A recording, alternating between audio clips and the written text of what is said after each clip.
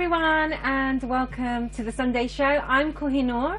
I hope you're all having a wonderful Sunday. What horrible weather. Look what Storm Dennis is doing to us. It was awful coming in, but look, I hope you've got your cup of tea ready, you've had your lunch, and because we're all raring to go here at the Sunday show. I'm really excited because I've actually got some very, very interesting guests, and I've had the opportunity to talk to them before the show, and I'm so excited to tell you about them. But my first guest, honestly, she is pretty incredible. She is a textiles designer for fashion and interior. She graduated from the Birmingham School of Art with a textiles degree. She's done fine arts before, and what's incredible is that she was selected at university to showcase her work at New Designers, which was based in Islington, and that's where all the universities, they select their top students, top graduates, to showcase their work. And literally you will have people from Alexander McQueen and all these top fashion houses who go there and look at the work. So I'm so happy that I've got Sadia Sultana in the studio. Hello and welcome. Hi guys. Hello. How are you? I'm good, thank you. Very good. Well, I can't believe it. Yeah. I mean, I'm looking at, we just have to look around.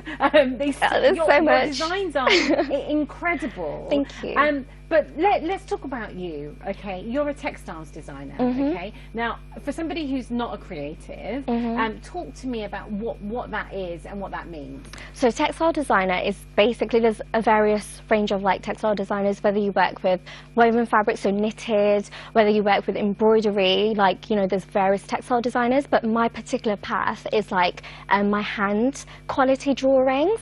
So I take my hand quality drawings and then I turn them into prints for whether it's for interior or fashion or scarves, fashion accessories, and then I've started to introduce something which I'm going to probably talk about a little later. Yeah, you know, of course. Yeah. And just looking at your pictures over here, I mean, I think you have to be a creative, because I tell you, I can't even draw a hangman. No, I'm sure you can. But I mean, it's so detailed, your work, and I'm just blown away. Yeah. Were you always good at drawing? I think not always good. I think it takes like a year of practice, like, because when I was like small, I used to draw on walls, like go crazy with crayons and everything. Mum used to be like, what are you doing? But that's like, you know, obviously over time, because I have a fine art background, so that included photography, graphics, fine art, like, so like live drawings, everything. And then obviously I kind of like took my path from there, and I really specialised from there. Amazing. Well, let's just have a quick look at a short clip of some of the work that you've done, and then we can touch upon it. Yeah. Okay.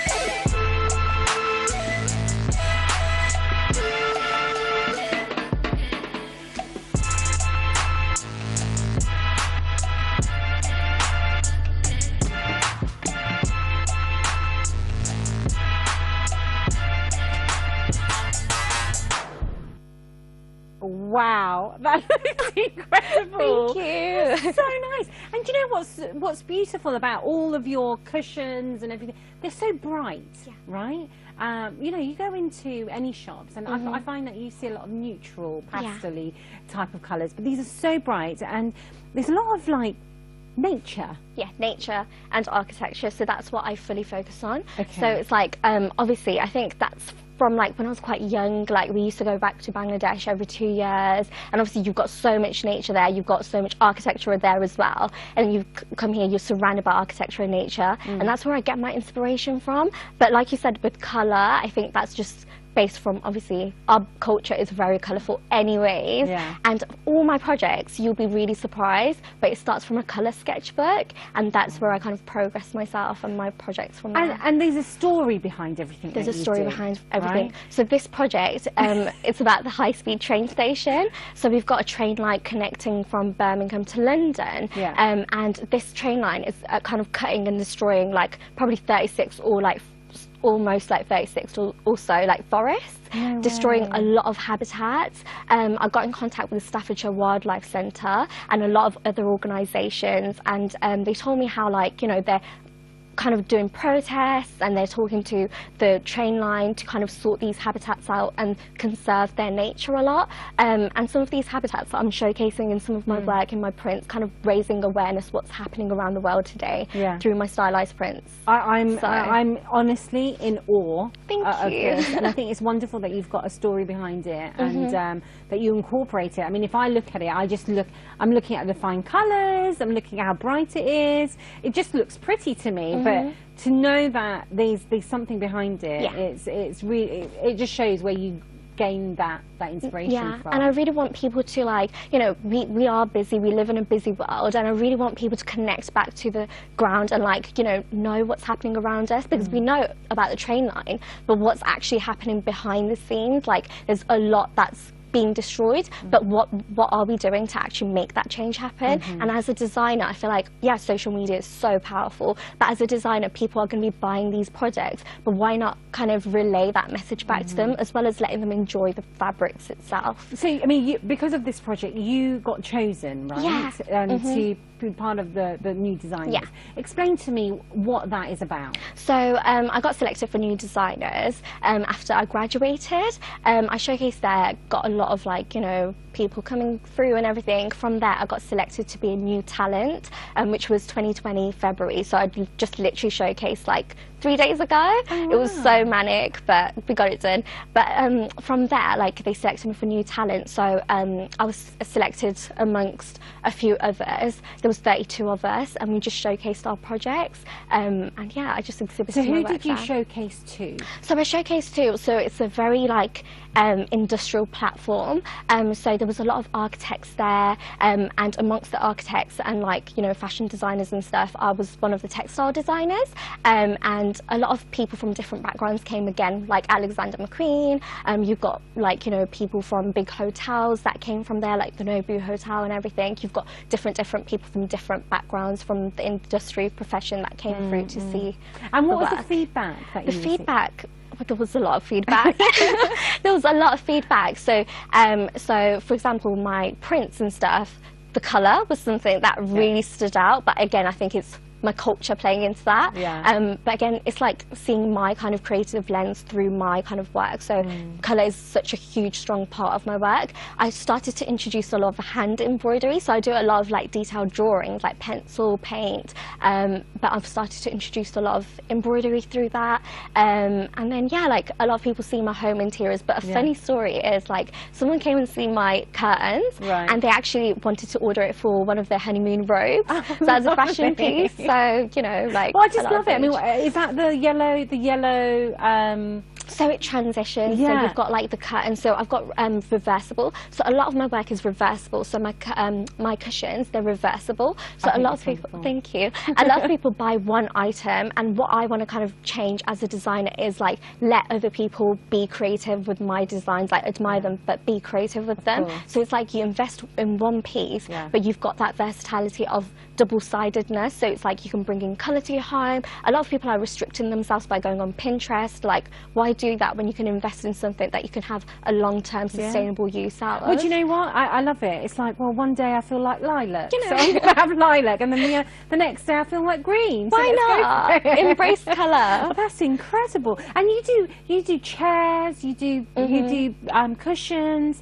Talk to me about the products that you've actually got so far. So the products. So as a designer, I want to touch up on a lot of kind of atmospheres and a lot of like kind of areas, whether it's fashion or textiles. So right now I am touching upon like a lot of cushions, I've got chairs, I've got curtains, but on the fashion side, like I've got like scarves, so fashion accessories, and then there's ties and stuff, and then like shirts and everything. So like I'm starting to slowly kind of like widen out on that, so more of like a lifestyle brand. Yeah. I think it's incredible. And so how can people buy this? So right now I'm doing pre-orders, so a lot of people come to me, it's more like a freelancing thing. So a lot of people come to me, you know, I can accommodate to whatever you want. So it's like if you want a different fabric, or if you want like a different item or a product, you come to me and then I kind of like, you know, sort that out for you. So I'm quite open in that sense. And Sadia, you're 22 years old. Yes. How does someone at 22 can do all of this? I just, honestly, I'm super amazed. Oh, thank you. Do you do this full time? So right now, it's a side thing. So I've got my eggs in many baskets right now, but like I'm doing personal styling on the side, and then I've got obviously my. I can so see you as a personal stylist. Thank you. Talk me about how you draw inspiration from the project that you've done to personal styling. So the connection there is like, I think my background in fabric. So the reason why I did textiles, so I had a fine art background, I went into textiles, is because I think fabric is such a huge intimate part of every single day life. We're wearing fabric, we've got fabric around us, on top of our heads, on the floor. There's different types of fabric, wood, you know, silk, like we are all connected to different types of fabric. Like the fabric you're wearing today is because you're confident in it, and I think that's where my personal styling journey comes into the play as well. So it's like a lot of clients, you'd be shocked, like a lot of people do lack confidence, and it's like me as a designer, because I have that creative eye, I can bring that confidence into them. So it's such a give and take, like it's such like a really nice role to have alongside of what I'm doing here. Can you talk me through about your my scarf? So this is a silk satin scarf. I had a few orders for raw silk scarves, but I personally go for silk satin because it's quite sustainable, and my project is about sustainability. But they're quite transitional, so it ranges from colour to colour. So you've got like a lighter colour here. They're all my hand drawings as well. Oh, really? So 20% of it's only digital, and a lot of it, literally all of it, is hand drawn stuff. So how does nature and architecture come into this? So when you look at my actual drawings, so like here, it's about Bullring. So obviously you've got the train line going from Bullring to London. Somewhere there is my badger hidden, but you've got like, you know, these symbols. It's in the form of nature, but it's the Bullring kind of symbol. How clever! So, yeah, I've got like it's like hidden kind of messages through different kind of you know, motifs and stuff. But it ranges from colour to colour, so you can kind of alternate between different kind of like outfits. So today I'm wearing green, as you can see, so I've got my green side on. How exciting! My God, I can't wait for you to go full time on this. Because all I want to see is I want to see scarves, I want to see dresses. I mean, I love the yellow and green print there, and I'm just thinking that would be nice on a dress. Yeah. You know? Why not? Wow. So how has your family, how have they supported you through this journey? Because, you know, I'll be honest with you, it's only nowadays that I'm seeing more and more people going down that creative route, and I didn't see that 10, 15 years ago as much, and I do feel like times have changed. And I think family has a massive, you know, role to play when it comes to realizing your dreams and going for your dreams. How have they played a role in this? They've played a huge part, I think, from like my studies to everything. So obviously I've come from like a well-educated kind of like family sort of thing, so education is quite important, which in this day and age, like, you do need education sort of thing. But it's like, going aside from education, there's creativity as well, which is quite sad that people don't kind of make that as a compulsory subject, because we've all got creative talent in us somewhere. We just need to trigger it. We just need to trigger it. But like, yeah, like, you know, like kind of like when my parents seen me, like, you know, I'm doing quite well. Like I was shown on Solihull Observer and Birmingham Mail when I was 16 for my kind of sixth form collection. So then I did like a long print, like it's all on Google. But yeah, like, you know, like, and then my parents seeing how passionate I was about that. Even when, at a young age, when I used to draw on walls, like, Mum used to shout, obviously, but she used to still give me pens and pencils, and she never really stops that. Because I think when a parent sees, like, you know, their children, like, you know, they are quite keyed on or glued on to a particular kind of, you know, activity, I think they will just naturally push you towards that. You come from a creative family. Yes, we do. Talk to me about that, because I was just stunned when I found out. So my cousin, she's a fashion designer, so she does menswear. Her stuff is amazing. We're very different. I've met her. Yeah. She's incredible. You guys look like twins, to be honest. Everyone says that. So she does a lot of graphics work, and then obviously I'm more like, we're both like in the textiles field. And then you know, my mum's side, they're full of musicians and all that. So I'm quite blessed in that sense. And then my dad's side, obviously, like, you've got my cousin, and then my great-great-granddad as well. He was like into like you know, kind of fabric handling and stuff like that.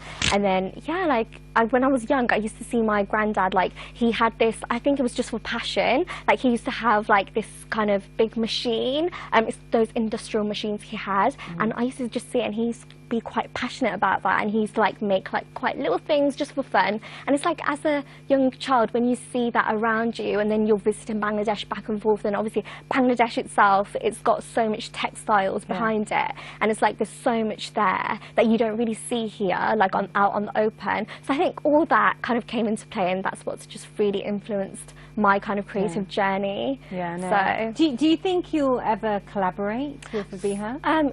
Inshallah, like one day, why not? A family thing, Sultana, meet Sultana, like, you know, you never know, inshallah. But you both are very different. Yeah, we're very different. We're very different. And that's nice to see that actually you both have a similar passion, but two different stories, two different tales that you're telling. So I think it's absolutely incredible. Thank you. What are your plans?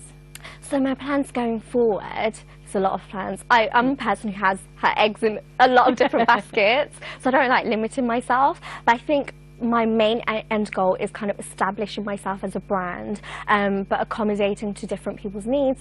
But I really want to link my brand back to my roots and revisit Bangladesh, because that's a huge part of me and myself and my identity, basically. So going back there, and obviously, like, you know, like, I was quite fortunate to have a degree to kind of be mentored by creative individuals who have worked for huge design labels, and, like, you know, they've got their own kind of like shows, like, ongoing constantly, and they actually came and visited my kind of show and everything. But it's nice to be kind of, you know, mentored by them, and it's like there's a lot of talent in Bangladesh, and they don't have that kind of fortunate kind of, you know, that kind of end of, like, so do you want to mentor others? Yeah, go back and, like, bring that talent forward, because there's talent there. But I think, like, obviously my family have pushed me to kind of take on my role, and I really want to give back, and I really want them to come out and really kind of perform in, you know, what Bangladesh is all about, that creative talent, that raw hand quality element. Like, we're, you know, huge at that, and we're amazing at that, so why not, like, give back? And that's what I want to do as a designer. And just touching back on what you've said before about your designs, you talk about sustainability. Yes. Now, you source locally, is that right? Yes, I source locally at the moment. So obviously, as an emerging designer, like, I was kind of familiar with just, like, drawing, making my designs look pretty and whatnot, but when I did my final collection, that's when it hit hard on the ground, so I had to do my own research. So like I said, I went out of my way, I contacted the Staffordshire Wildlife Centre, went out, looked at a lot of different manufacturing, and because obviously my kind of brand right now, it's about sustainability, and this kind of project was about sustainability, like, I had to go source locally. But where I source is in London, so it's not far from here, but their fabrics they get from Bangladesh and China, so, and they have a range of fabrics. So right now I'm kind of sourcing through them, but in the near future, inshallah, like, you know. Before we finish, what advice would you give young people that are at home and they've got a passion, but they just don't know exactly how to go about in showcasing the world? I think the advice that I'd give is never limit yourself. So don't sit there and be like, you know what, I'm going to get it. You have to work hard and get it. And like, you know, if someone kind of says, why are you doing this? Like, just be quiet and just do you, because you're going to shine through one day. Aww. You know, so that's the advice I'd give. Well, listen, thank you okay. so much for coming in, because I think it's wonderful. Thank you for having me. No, I think it's, honestly, I feel like I'm just surrounded by creative geniusness. Okay, that's a word. But no, I think it's wonderful. We are going to be looking at something. Yeah. We've got a little clip on makeup for glasses. Yeah. Geek chic. Yeah. So I want your opinion on that afterwards. Okay. That'll be bit of fun. interesting. But no, I think in regards to all your work, I think it's wonderful. I want to have you back on the show again. Yeah. And just when it's all online and people can buy. But no, congratulations, and I think, you know, I think it's wonderful. Thank you. All right. Do you make up differently when you wear glasses? I don't know, you know, I haven't really noticed the difference. Yeah. But obviously when you're wearing glasses, you've got like a frame, don't you? Yeah. So it's like your eyes are more, I feel like the more I think you're looking at the display. glasses, not the makeup. Yeah, that's it. It does cover it a bit. Yeah, so this is quite interesting. I It think, is. Yeah, it's a bit bold. Yeah, I quite like it. I like the kind of sharp, edgy frame. Yeah. It's quite nice. It makes a statement. Anyway, thank you for that. Guys, we need to go on a quick break, but don't go away, because when I'm back, I've got another exciting guest. So don't go away. I will see you after the break. See you.